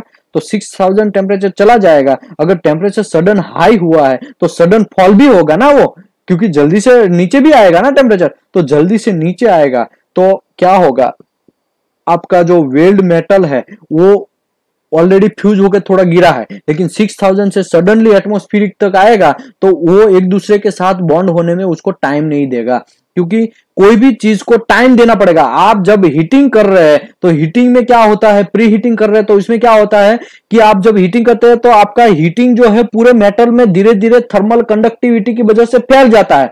थर्मल कंडक्टिविटी की वजह से फैल जाने की वजह से वो टेम्परेचर 6000 वाला धीरे धीरे धीरे धीरे slow down of cooling rate हो जाएगा, उसका धीरे धीरे कूलिंग होगा, वो एकदम फास्ट कूलिंग नहीं होगा। इसी की वजह से यहां लिखा है कि apply pre heating, slow down of cooling rate, ठीक है। इसकी वजह से आपका फॉर्मेशन जो ससेप्टिबल माइक्रोस्ट्रक्चर का जो फॉर्मेट है वो सॉल्व हो जाएगा, आपको प्रॉब्लम नहीं आएगा। Okay, maintain the specific interpass temperature. Okay, चलो इंटरपास टेम्परेचर आपने मेंटेन नहीं किया तब क्या कांड होगा। आपको WPS में बोला है कि 350 या फिर 375 या फिर 315 आपको कार्बन स्टील है, तब आपको इंटरपास इतना मेंटेन करना है, ऐसा आपको बोला गया, ठीक है। लेकिन इंटरपास आपने मेंटेन नहीं किया तो टेम्परेचर हाई हो जाएगा। टेम्परेचर हाई हो जाएगा तो फिर हाई होने की वजह से high heat input, low toughness, low heat input, high hardness, ठीक है। ये फंडा आप याद रखिए, ये फंडे की वजह से आपका बहुत सारा क्वेश्चन सॉल्व हो जाएगा। High heat input, low toughness, low heat input, high hardness. तो आपका यहाँ पे हाई हीट इनपुट हुआ तो आपका हार्डनेस हाई हो जाएगा। हार्डनेस हाई हो जाएगा तब हमने ऑलरेडी बताया कि भाई 400 हार्डनेस से अगर ज्यादा हार्डनेस हो जाएगा तब हाइड्रोजन क्रैक आएगा। इसी की वजह से हम लोगों को इंटरपास टेम्परेचर मेंटेन करना बहुत जरूरी है। इंटरपास टेम्परेचर अगर ज्यादा हो गया तो आपका हार्डनेस ज्यादा हो जाएगा। क्यों? क्योंकि high heat input, low toughness, low heat input, high hardness. तो ऐसे देखा जाए तो high heat input, high hardness ही हो गया ना। तो उसी की वजह से आपको इंटरपास टेम्परेचर मेंटेन करना बहुत जरूरी है। ओके, आगे बढ़ते हैं। Post heating on completion of welding to reduce the hydrogen content by allowing hydrogen to diffuse from the weld area। तो मैं ऑलरेडी ये पोस्ट हीटिंग का बात किया है, ठीक है। पोस्ट हीटिंग से क्या होगा, हाइड्रोजन को रिड्यूस होने का चांस है, हाइड्रोजन बैठने का चांस कम है, हाइड्रोजन अंदर है तो वो बाहर निकल जाएगा, ऐसा। इसी की वजह से तो ये पॉइंट मैं समझा दिया है आगे, इसके लिए मैं यहाँ पे समझा नहीं रहा हूँ। आगे बढ़ते हैं। Apply post weld heat treatment to reduce the residual stress and eliminated susceptible microstructure. तो मैं ये भी चीज आपको बोला कि आपका अगर बेस मेटल में ट्रेस ज्यादा है, आपका यील्ड ज्यादा है, तब क्या होगा, आपका ट्रेस की वजह से वहां पे बॉन्डिंग जो है वो टूटने का ट्राई करेगा, लेकिन हाइड्रोजन वहां पे घुसेगा तो वो उसको अच्छा मिल जाएगा कि एक तो हाइड्रोजन को बाहर जाना है और इसको टूटना है, तो उसकी वजह से हाइड्रोजन उसको चीर देगा। तो उसी की वजह से अगर हम रेसिड्यूल ट्रेस को ही हम निकाल दे तो रेसिड्यूल ट्रेस का निकालने का क्या हमारे पास ऑप्शन है, पोस्टवेल हीट ट्रीटमेंट। अगर पोस्टवेल हीट ट्रीटमेंट कर देंगे तो रेसिड्यूल ट्रेस निकल जाएगा, रेसिड्यूल ट्रेस निकल जाएगा, तब हमारा माइक्रोस्ट्रक्चर जो है वो ससेप्टिबल माइक्रोस्ट्रक्चर बन जाएगा, माइक्रोस्ट्रक्चर प्रॉपर तरीके से अरेंज हो जाएगा, तब यहां से हाइड्रोजन का कोई चांस ही नहीं है कुछ जुगाड़ होने का। ठीक है, आगे बढ़ते हैं। Reduce the weld metal hydrogen by proper selecting the welding process consumable. ठीक है, अगर आप प्रॉपर कंज्यूमेबल सिलेक्ट नहीं करेंगे तब भी आपके पास कांड हो जाएगा। कांड क्या होगा, क्योंकि देखो मैं एक सिंपल एग्जांपल दे रहा हूं, आपका कार्बन स्टील का मेटल है 516 ग्रेड 70, 516 ग्रेड 70 दोनों का बी विलेज है, आप वेल्डिंग मारना स्टार्ट कर रहे हैं। ठीक है, लेकिन आपको वहां पे मारना चाहिए 7018, लेकिन यहां पे आप मार रहे हैं 6010, तो 6010 में तो ऑलरेडी हाइड्रोजन ज्यादा ही है। अगर आप ज्यादा इलेक्ट्रोड वाला हाइड्रोजन सिलेक्ट करेंगे तो उसमें हाइड्रोजन ज्यादा बैठेगा, वेल्ड मेटल में ज्यादा बैठेगा, तो फिर निकलने का भी ज्यादा चांस है, उसकी वजह से भी वहां पे क्रैक आएगा। तो आपको सिलेक्शन हाइड्रोजन ना आए इसके लिए आपको कंज्यूमेबल प्रॉपर तरीके से सिलेक्ट करना है। ओके, दूसरी बात, GTAW जो है वो मोस्ट इंपॉर्टेंट पार्ट है इसका रिड्यूस करने के लिए, क्योंकि GTAW में क्या होता है कि GTAW हम मारते हैं ना तो आगे जस्ट उसके 2 इंच या 3 इंच आगे आप देखिए धीरे धीरे ऑटोमेटिकली वो हीटिंग होते जाता है, क्योंकि GTAW स्लो प्रोसेस है। GTAW हम वेल्डिंग मारते रहते हैं, धीरे धीरे हमारा हाथ घुमाएंगे तो उसके जस्ट 100 mm दूर आप थोड़ा थोड़ा थोड़ा थोड़ा हीटिंग होता जाएगा। जैसे ही हम आगे बढ़ते जाएंगे वैसे मेटल भी थोड़ा थोड़ा हीटिंग आगे बढ़ता जाएगा, उसके 100 mm आगे की मैं बात कर रहा हूं। तो अगर हीटिंग प्रॉपर से हो गया तब हमारा पहला जो प्रॉब्लम था कि प्री हीटिंग हम करेंगे, लेकिन GTAW में ऑटोमेटिकली हमारा 100 mm आगे ही प्री हीटिंग होता जा रहा है, तो उसी की वजह से आपको वहां पे बहुत फायदा है। ओके, आगे बढ़ते हैं। इंस्टेड ऑफ MMAW की जगह आपको GTAW यूज करेंगे तब भी हाइड्रोजन क्रैक नहीं आएगा। Basic covered electrode instead of cellulose, आप सेल्यूलोज इलेक्ट्रोड की जगह पे आप बेसिक कवर्ड इलेक्ट्रोड यूज करेंगे तब आपको ज्यादा फायदा है। लो हाइड्रोजन इलेक्ट्रोड सिलेक्ट करेंगे तब भी आपको फायदा है। Use a multi run instead of the single run technique, eliminate the susceptible microstructure by the self tempering effect. Okay, ये multi run instead of single run technique ये क्या है, देखो सिंगल रन टेक्निक से आप वेल्डिंग मारेंगे। आपने देखा होगा कि WPS में जब मैं करवाया था ASME सेक्शन 9 जो करवाया था उसमें मैं एक बात किया था कि 13 mm से ज्यादा अगर आप सिंगल पास में मार रहे हैं पूरा वेल्डिंग तब आपको क्वालिफिकेशन 2T मिलेगा, लेकिन आप 13 mm को मल्टी पास में मार रहे तो वो वेल्डर को अनलिमिटेड क्वालिफिकेशन मिलेगा। ऐसा मैं बात किया था, जो लोग सेशन ज्वाइन किए थे उसको पता है, लेकिन मैं यहाँ पे एक चीज बोल देता हूँ, अगर आपका BWL 13 mm का या 12 mm का या 18 mm का है समझो, आप क्या करेंगे, इलेक्ट्रोड लेंगे।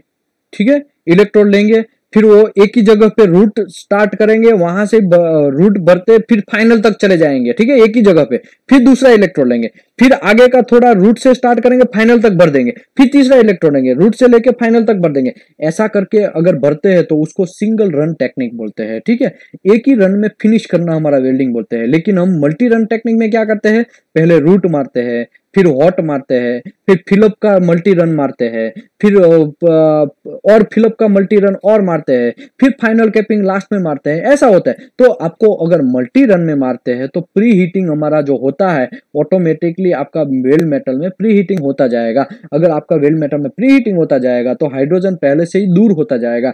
हम बेकिंग इलेक्ट्रोड को करते हैं, उसका रीजन ही यही है, बेकिंग कर देंगे तो वो हीटिंग होगा, हीटिंग होने की वजह से वो ओवन के अंदर हीटिंग होगा तो हाइड्रोजन अगर बैठा भी है तो वो निकल जाएगा। तो यहाँ पे ऐसा ही सिस्टम है, मल्टी रन में आप वेल्डिंग मारेंगे तब आपका धीरे धीरे इलेक्ट्रोड जो हमारा बेस मेटल है वो हीटिंग होता जाएगा, हीटिंग होता जाएगा तो अंदर हाइड्रोजन बैठा भी हो तो निकल जाएगा। आगे बढ़ते हैं यहाँ। Okay, self temper effect. Self tempering मतलब क्या है, टेम्परिंग मतलब सडन टेम्परेचर को फॉल करना। एक मेटल है, ठीक है, उसको मैं बहुत हीटिंग कर रहा हूँ, एकदम हीटिंग कर रहा हूँ, फिर उसको तुरंत पानी के अंदर डुबो दे रहा हूँ, तो वो हो गया वन टाइप ऑफ टेम्परिंग। ठीक है, तो ऐसा वेल्डिंग आपको नहीं करना है। ये सिंगल ड्रेन टेक्निक में ऐसा होता है कि आप सडनली बहुत सारा टेम्परेचर इंक्रीज करते हैं एक ही जगह पे, फिर आप सिंगल रन में पूरा फिनिश कर देते हैं, तो बहुत हाई टेम्परेचर जाएगा, फिर एकदम से सडनली लो टेम्परेचर फॉल होगा, तो उसी की वजह से सेल्फ टेम्परिंग इफेक्ट आपको अवॉइड करना है।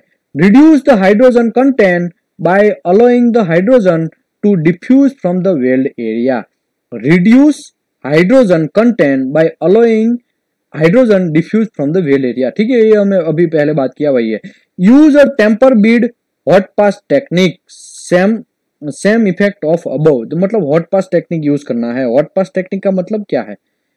हॉट पास टेक्निक का मतलब यह है कि आपको पहले से ही हीट होता जाना चाहिए और हीटिंग में ही आप वेल्डिंग मार दो तभी अच्छा है, लेकिन इंटरपास से फिर आगे नहीं जाना है। ठीक है, आपको वो उसके बीच का स्लॉट है उसी में आपको फॉलो करना है। ओके, यूज ऑस्टेनेटिक निकल filler, avoid the susceptible microstructure formation and allow the hydrogen diffusion of critical area. तो आपको ऑस्टेनेटिक और निकल फिलर आप अवॉइड कर सकते हैं, वो अवॉइड करेंगे तो आपको ज्यादा फायदा है। वो ये सब चीज देखो, ये जो पॉइंट है वो मैं वेल्डेबिलिटी ऑफ स्टील में आएगा तब मैं समझाएगा। ठीक है, यहाँ पे अभी मैं नहीं ज्यादा बात कर रहा हूँ उसके ऊपर, क्योंकि वो एक पॉइंट समझाने के लिए मुझे लग रहा है कि मुझे बहुत टाइम चाहिए, क्योंकि निकल का फिलर में क्या कांड होता है, निकल का फिलर जब वेल्ड मेटल में आता है तब क्या प्रोसेस होता है, ससेप्टेबल माइक्रोस्ट्रक्चर में क्या इफेक्ट होता है, वो सब चीज उस टाइम पे मैं वेल्डेबिलिटी ऑफ स्टील में समझाएगा। Okay, use dry shielding gas to reduce the hydrogen content. Okay, अभी दूसरी बात, आप अगर गीला शील्डिंग गैस यूज कर रहे हैं, गीला शील्डिंग मतलब क्या? गीला शील्डिंग मतलब आपके पास शील्डिंग गैस तो है लेकिन उसके साथ ऑक्सीजन मिला हुआ है, उसमें पानी के ड्रॉप है। तो वैसा आप, अगर आपने देखा होगा हमारा घर का गैस है वो खत्म हो जाता है, थोड़ा बचता है, तो हम लोग क्या करते हैं उसको निकालते हैं और वहां पे ये हाथ रखते हैं ना, तो हमारा हाथ गीला हो जाता है। तो उसका क्या हुआ कि वो वेट शील्डिंग हो गया, वो वेट गैस हो गया। अगर ड्राई शील्डिंग गैस हम यूज करेंगे तब हमारा फायदा ये है कि वो हाइड्रोजन जो है वो शील्डिंग गैस थ्रू ही बेस मेटल में ना जाए, एकदम ड्राई है इसकी वजह से। ठीक है, तो ये एक फायदा है, आपको इसके लिए ड्राई यूज करना चाहिए। Clean rust from joint, avoid the hydrogen contamination moisture of present in rust. तो ओके, रस्ट जो होता है उसमें हाइड्रोजन कंटेंट बहुत सारा होता है, उसी की वजह से आपको बिवेल जो है उसमें एकदम थिनर से क्लीन करना चाहिए। अगर आप थिनर से क्लीन प्रॉपर तरीके से करेंगे तब जाके आपको हाइड्रोजन क्रैक आने का चांस बहुत कम है। Okay, reduce the residual trace. Residual trace अगर आपका कम है तब भी, ये भी मैं आपको बात समझाया, अगर आपके जॉइंट में ट्रेस ही नहीं है, आप ओवालिटी आपका प्रॉपर है दो जॉइंट का और बराबर अच्छी तरीके से ओवालिटी और अच्छी तरीके से शांति से फिटअप कर दे रहे, तो वहां पे ट्रेस जनरेट ही नहीं होगा। ट्रेस ही जनरेट नहीं होगा तो वहां पे हाइड्रोजन बैठेगा तो बाहर निकलने का चांस ही नहीं है। ठीक है, तो वो भी एक आपको फायदा है। Blend the weld profile, reduce the stress concentration of the toy of the weld. Blend the weld profile, इसका मतलब क्या है? Okay, blend the weld profile, इसका मतलब ब्लेंड मतलब हम लोग, आपने देखा होगा जो लोग फिलेट वेल्ड मारते हैं, जो लोग बट वेल्ड मारते हैं, उसका जस्ट साइड जहां पे वेल्डिंग फिनिश होता है ना, जस्ट के जस्ट साइड में हम क्या करते हैं, थोड़ा फाइल घिसते हैं या फिर थोड़ा हम ग्राइंडिंग से थोड़ा दबा देते हैं, एक लाइन में आ जाए। कुछ लोग वेल्डर है, जो लोग वेल्डर एग्जाम दे रहे हैं उसको ज्यादा आइडिया है कि हाँ हम लोग ऐसा करते हैं। तो ब्लेंड करना, वो जो प्रोफाइल को वेल्ड मेटल की जो एज है, वेल्ड हमारा वेल्डिंग जो है उसके दोनों साइड में टोय आता है, वो टोय को अगर हम थोड़ा घिसेंगे तो उसको बोलते हैं ब्लेंड प्रोफाइल। ठीक है, तो वो ब्लेंड, अगर ब्लेंड प्रोफाइल बनाएंगे तो आपका स्ट्रेस कंसंट्रेशन कम होने का चांस है। ओके, अभी लेमिनार टियर, एक मिनट है, लेमिनार टियर, अभी लेमिनार टियर कहां पे आता है उसके बारे में थोड़ा बहुत डिस्कस कर लेते हैं। Laminar tear occur only the rolling steel product. देखो, आपको ये आश्चर्यचकित हो गया कि भाई ये रोलिंग स्टील प्रोडक्ट में ही क्यों आता है लेमिनार टियर।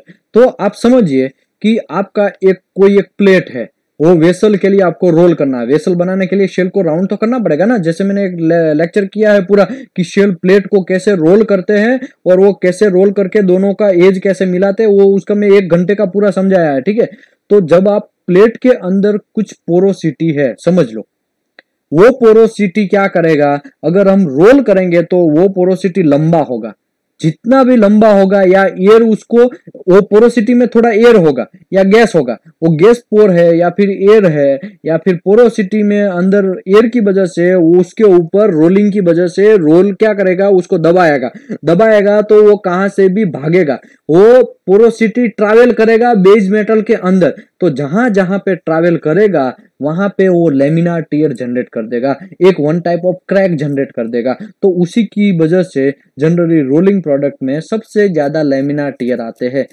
प्राइमरली प्लेट, देखिए देखिए यहाँ पे क्लियर लिखा, प्राइमरी प्लेट में आता है। And it's mainly distinguishing future in that cracking has traced appearance, मतलब ट्रेस करना भी इसके इजी है, जहां से स्टार्ट होता है उसके अगल बगल में वो रनिंग प्रॉपर तरीके से होगा और अच्छी तरीके से लेमिनेशन जैसा फैल जाएगा।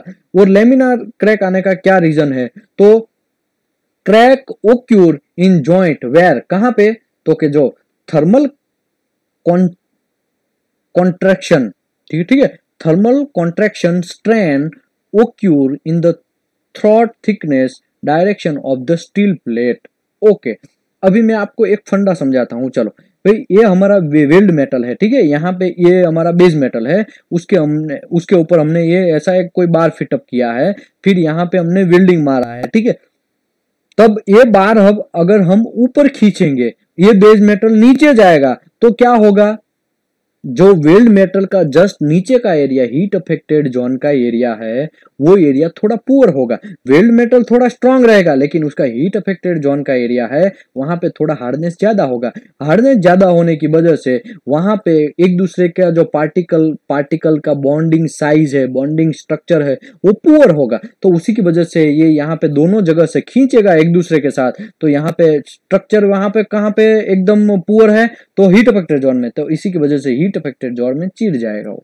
तो उसी की वजह से ये सबसे ज्यादा कहां पे आता है, BKTY जॉइंट में, जहां पे स्ट्रेस ज्यादा होता है, जहां पे लोडिंग ज्यादा पड़ता है, जहां पे हमारा एक दूसरे के साथ वो टेंशन लोड ज्यादा लगता है, वहां पे ये सब चीज ज्यादा आता है। Okay, thermal contraction strain occur through the thickness direction of the steel plate. ये थिकनेस डायरेक्शन देखो, ये थिकनेस डायरेक्शन के अलग अलग डायरेक्शन में, थिकनेस डायरेक्शन के हिसाब से उसमें स्ट्रेस प्रोड्यूस होता है, उसकी वजह से वो खींचता है, उसकी वजह से हीट अफेक्टेड जोन में वहां से बेस मेटल चिर जाता है। उसी वजह से non metallic inclusion are present are very thin plates with their principal planes parallel to the plate surface. Okay, non metallic inclusion तो स्लैग है वो वहां पे है, या फिर पोरोसिटी है वो है, या फिर कॉपर इंक्लूजन है वो है, वो सब चीज जो मेटल को नहीं चाहिए वैसा वहां पे मेटल पड़ा हुआ है। जैसे कि कार्बन स्टील का मटेरियल है, उसमें हमको कॉपर घंटा भी नहीं चाहिए, फिर भी वहां पे कॉपर किधर से भी आ गया है समझो, तो वो नॉन मेटालिक इंक्लूजन हो गया।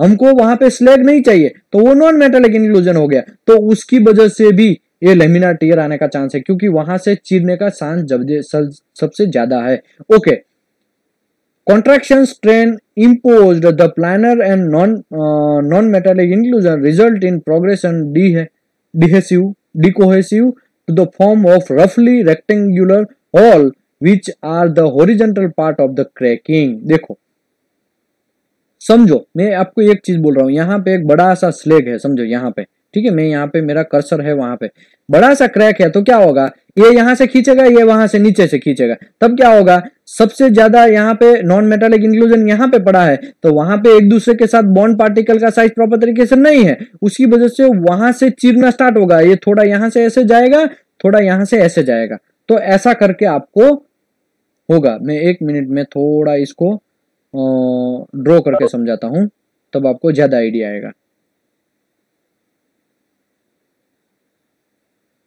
ओके, यहाँ पे ऐसा छोटा सा ऐसा एक इंक्लूजन है समझो, फिर ये यहाँ से ऊपर से ऐसा खींच रहा है, ठीक है, और ये यहाँ से नीचे से ऐसा खींच रहा है, तो क्या होगा, सबसे ज्यादा बेस वेल्ड मेटल में से नहीं टूटेगा, लेकिन ये जो चीज है, ये जो मैं बताया है, ये चीज की वजह से यहाँ से वो मेटल चीर जाएगा, उसी की वजह से उसको बोलते हैं कॉन्ट्रैक्शन होना और इन स्ट्रेन। ठीक है, आगे बढ़ते हैं।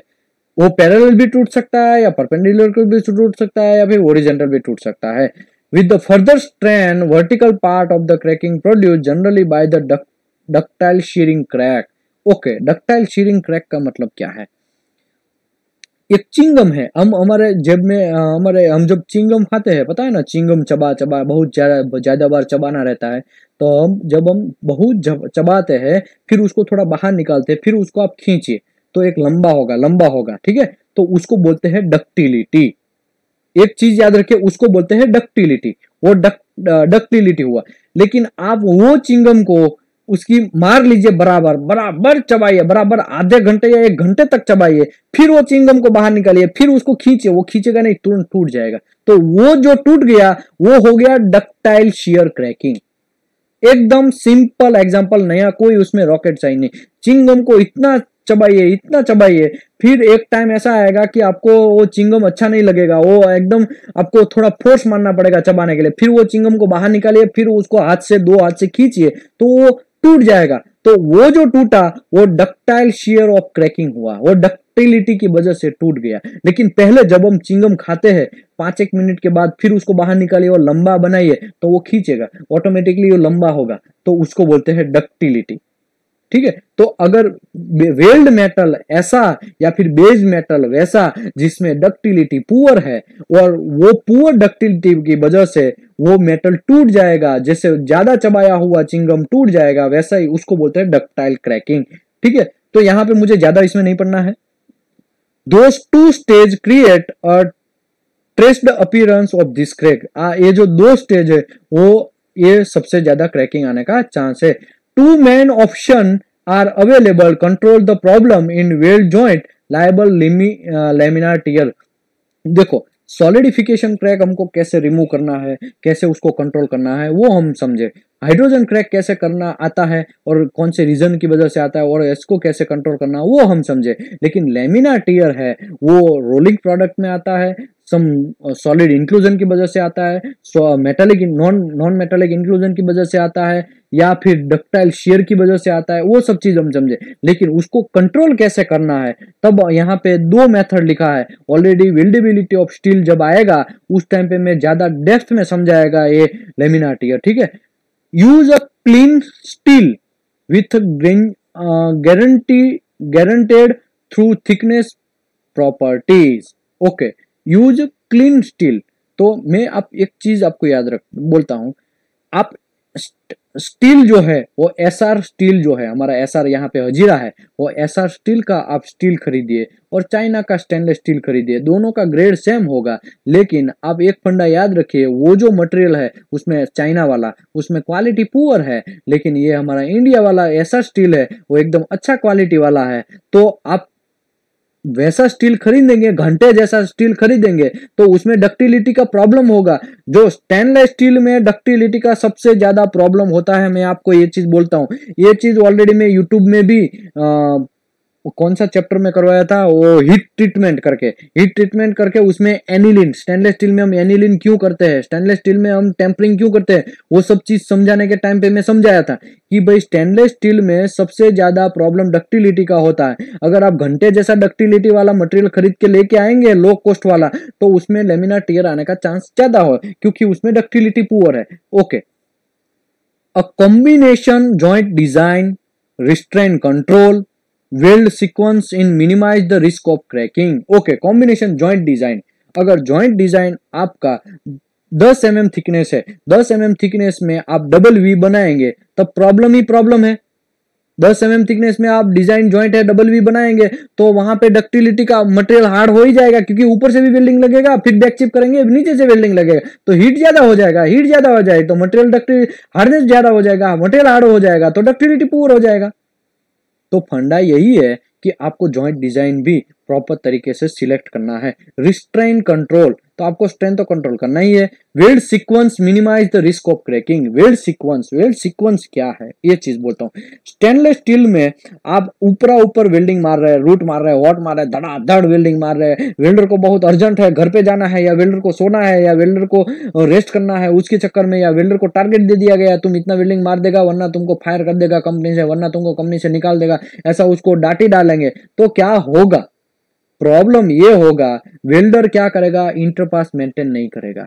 वेल्डर वेल्डिंग सीक्वेंस मेंटेन नहीं करेगा, धड़ाधड़ वेल्डिंग मार देगा तो फिर हमारा हार्डनेस इंक्रीज हो जाएगा, हार्डनेस इंक्रीज हो जाएगा तो डक्टिलिटी पुअर हो जाएगा, डक्टिलिटी पुअर हो जाएगा तो हमारा लेमिनार टियर आएगा।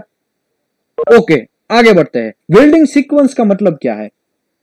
कभी कभी आपने देखा होगा कि भाई कुछ जॉइंट को हम थोड़ा वेल्डिंग मारते हैं, फिर थोड़ा वेल्डिंग छोड़ते हैं, फिर थोड़ा वेल्डिंग मारते हैं, फिर वेल्डिंग थोड़ा छोड़ते हैं, फिर वेल्डिंग मारते हैं, तो ये हो गया वेल्डिंग सीक्वेंस।